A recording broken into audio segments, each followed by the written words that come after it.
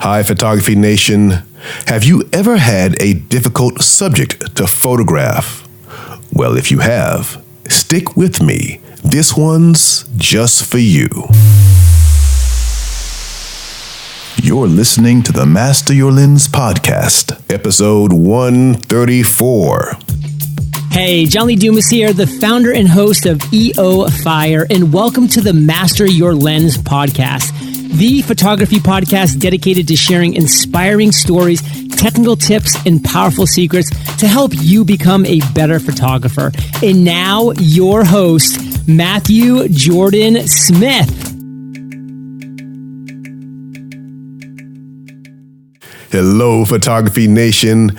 I am finally back home in Tokyo, and it feels good to be home after being away for 3 weeks on the road. Maybe you can tell, but I am fighting a cold, so bear with me today. In the past 3 weeks, I've done a lot of traveling, and I was doing pretty good up until the last leg of travel, which was last week at Photo Plus Expo in New York City. I've been going to Photo Plus for a long time, but this year it was a little different. Now, I still enjoyed the show. It was still a good turnout, but the show is smaller than what it used to be. I spoke on the first day of the photo show at the Nikon booth, which was last Thursday. When I woke up in my hotel last Thursday, I knew something was different. I could feel that a cold was coming on.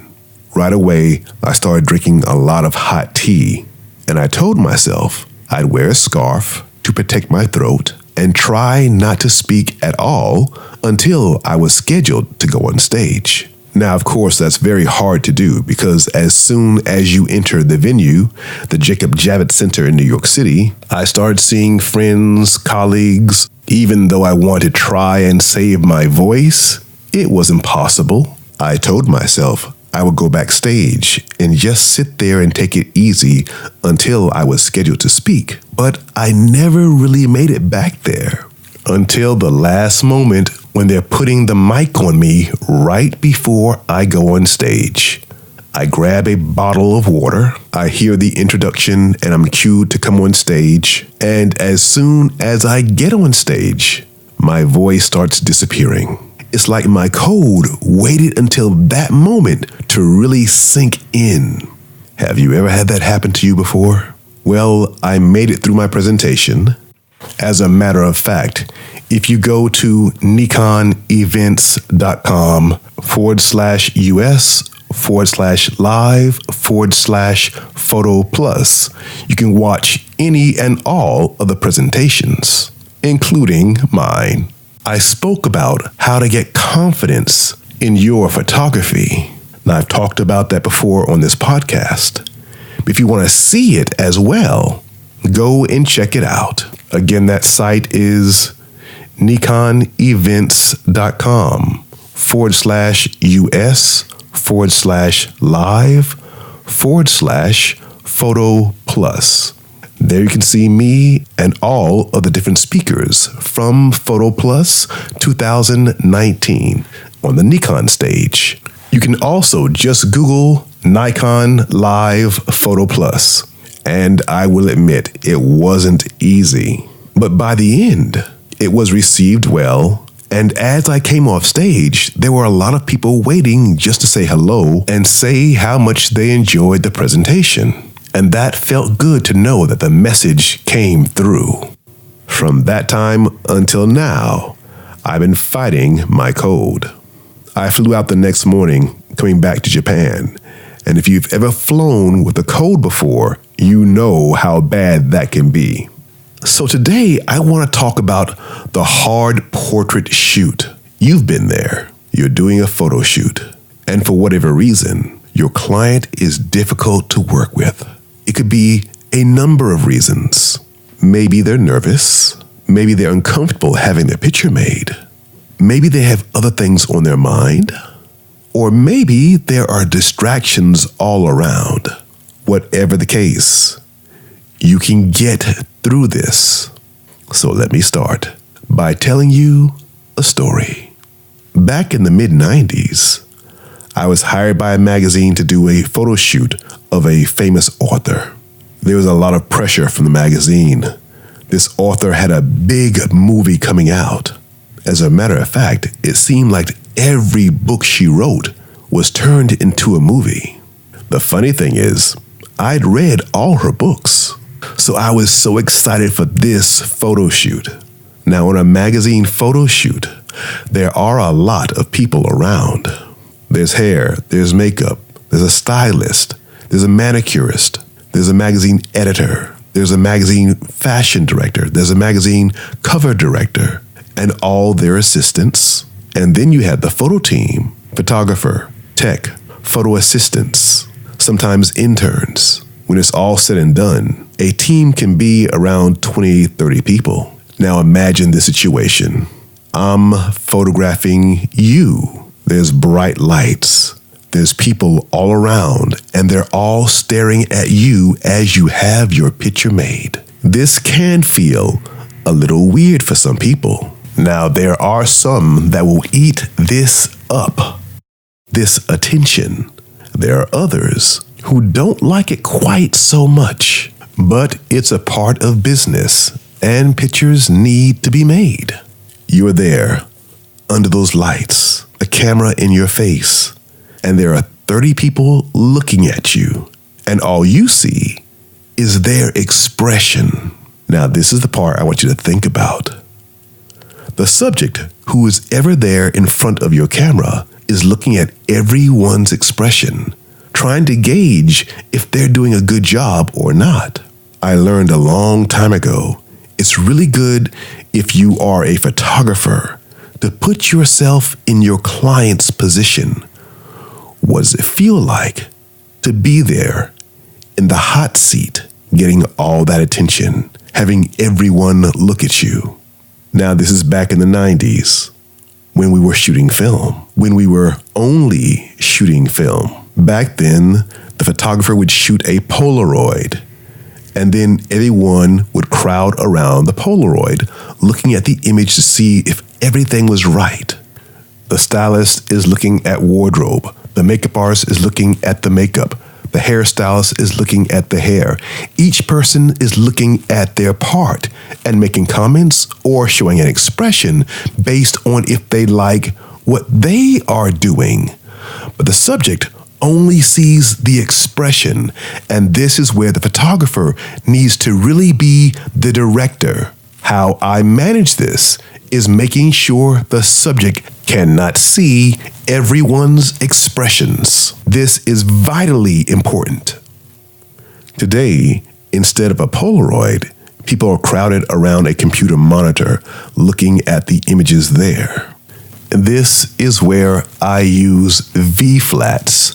VFlats to block the monitor from the subject, VFlats to make an intimate situation, so a big studio becomes a small, intimate place, and a VFlat to also make my subject feel comfortable, intimate, so it doesn't seem like the whole world's watching them. Always remember, people are reading your expression, your team's expression. If you're looking at the back of your camera and you don't like your lighting, your subject sees that and thinks it's them.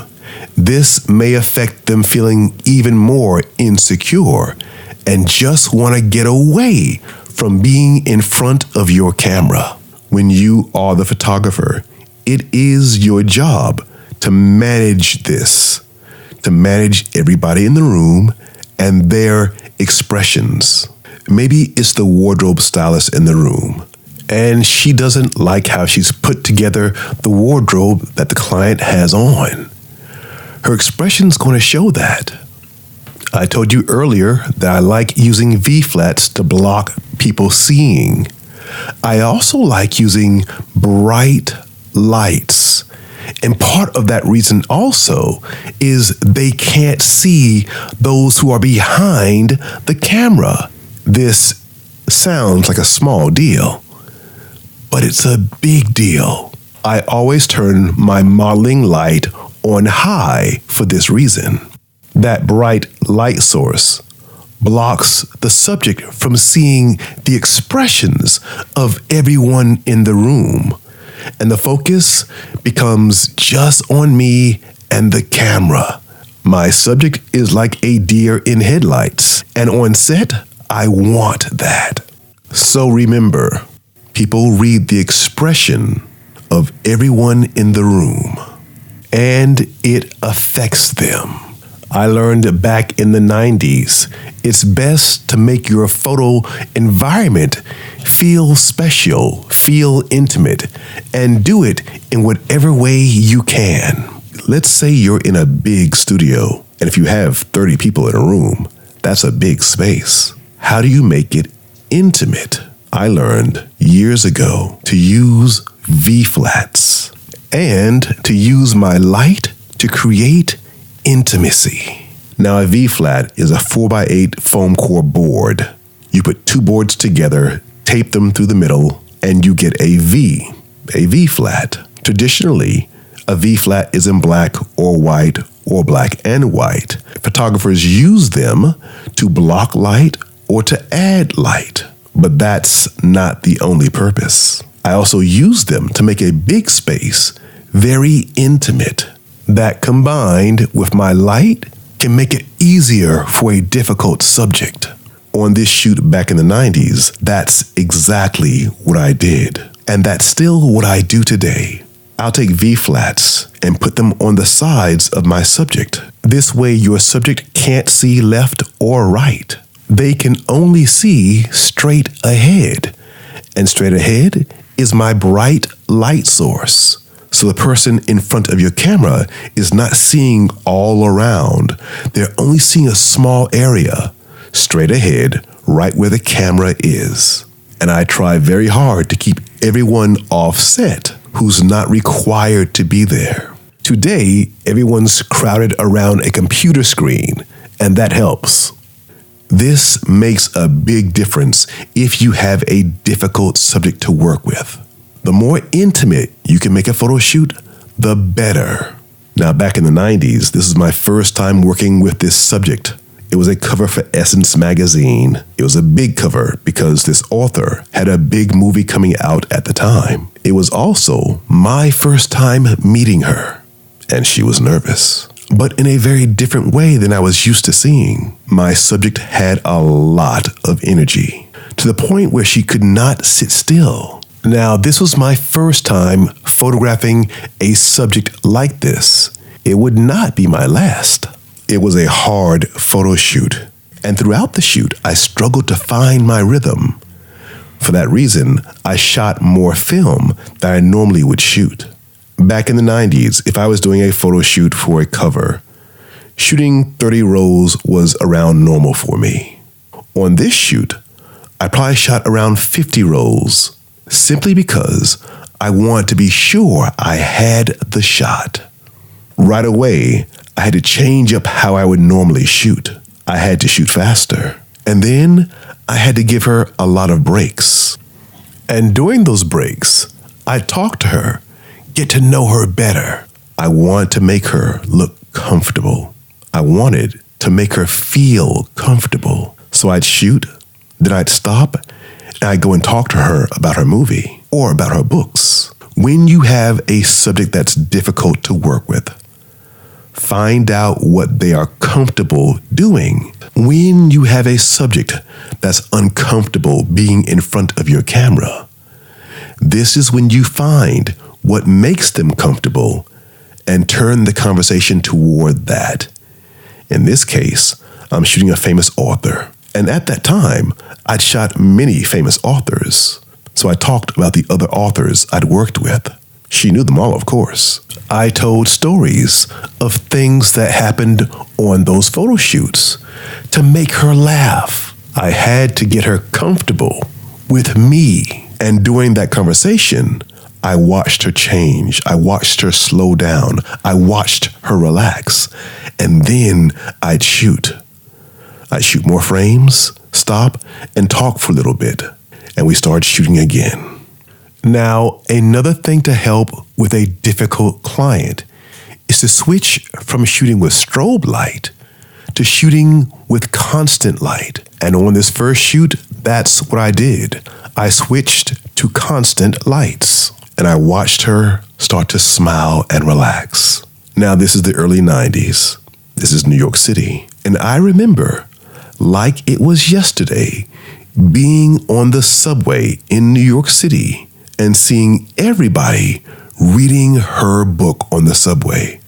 I'll never forget this. It was a big moment. But at this point, she had the hot book, and everybody, now this is before cell phones, everybody was reading this book. The early to mid 90s, I was living in Brooklyn.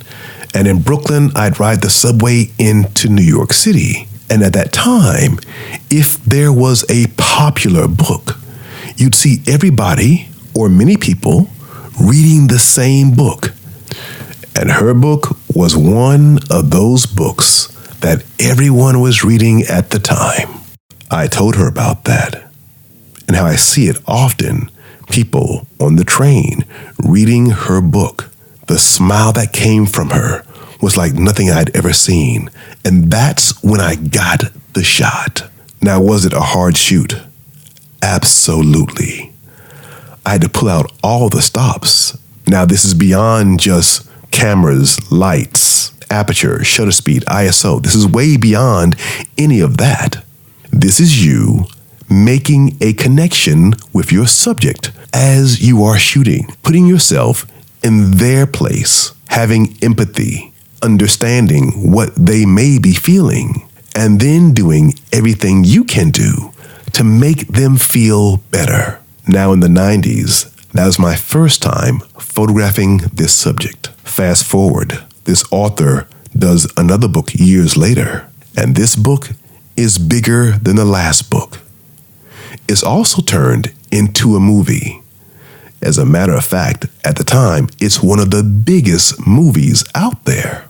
I'm called by a new client who I've never worked for, who's requesting me to do a shoot of all the stars of this movie along with the author. Now, this is the first shoot for this client. It's a big cover. Who referred me for this job? The author of the book. I was blown away. This image becomes a big image. It's featured as the cover of the magazine.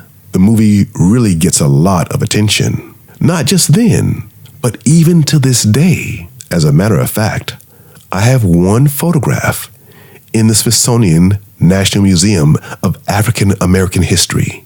And guess what image that is? The image from that shoot of the author with all the stars of this movie. The movie was Waiting to Exhale, and the author is Terry McMillan. Well, from that day until now, I've been photographing Terry McMillan.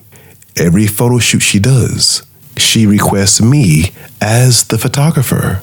This is now going on for 20 years. And she's put out a lot of books over the years.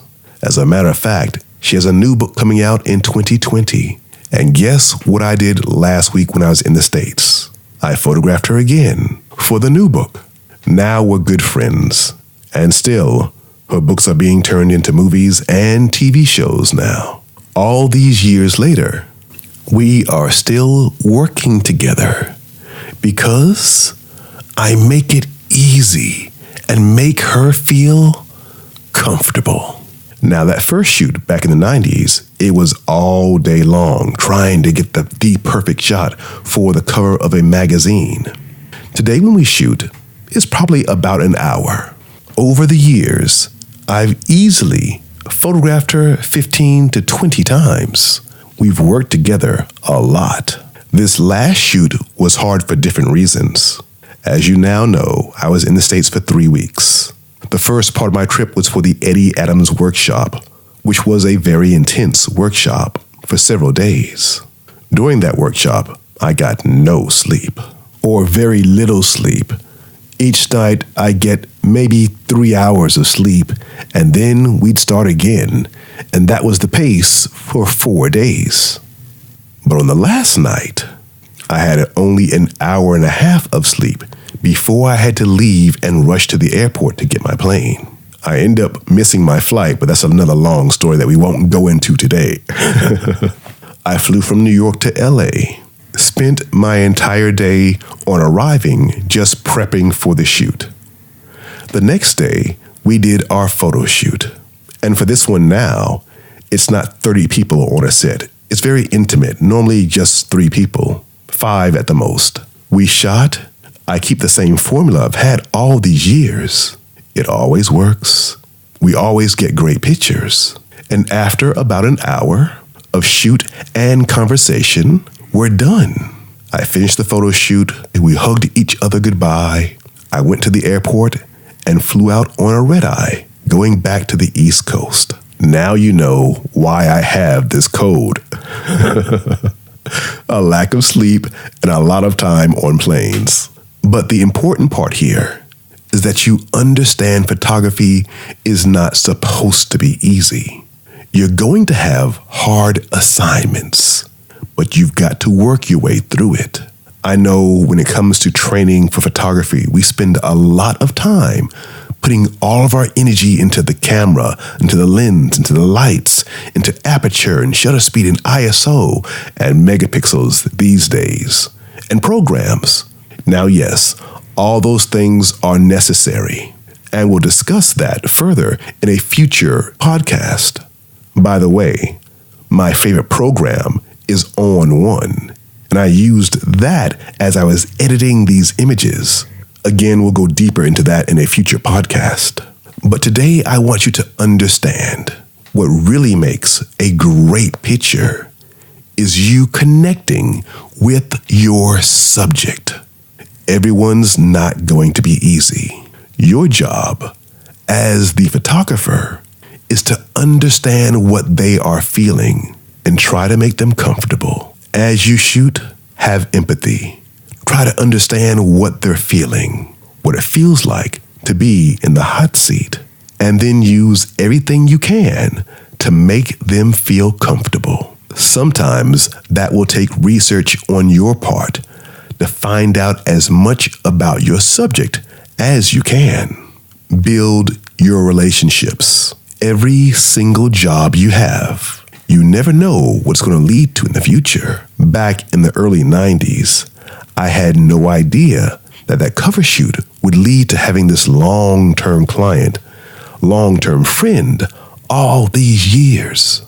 Now think about this too. There are a lot of photographers in the United States. This author can afford to hire anybody, but she only waits for me. And she's not the only one. Why are people doing that? It's about the relationship, how you make them feel comfortable. And once you do, you have a client for life. So on your next photo shoot that is a little bit difficult, use it to grow. Don't give up, but try to understand what's making your client feel uncomfortable. Then stop, make changes, and try it again. You've got this. All right, Photography Nation, that's going to do it for this week's episode of the Master Your Lens podcast. You can find me on Instagram under Matthew Jordan Smith, 2 T's in Matthew. Follow me there and make sure you come back again next week. We're diving into programs, my favorite program and how I use it and why I use it. Until then, always dream big. Bye for now.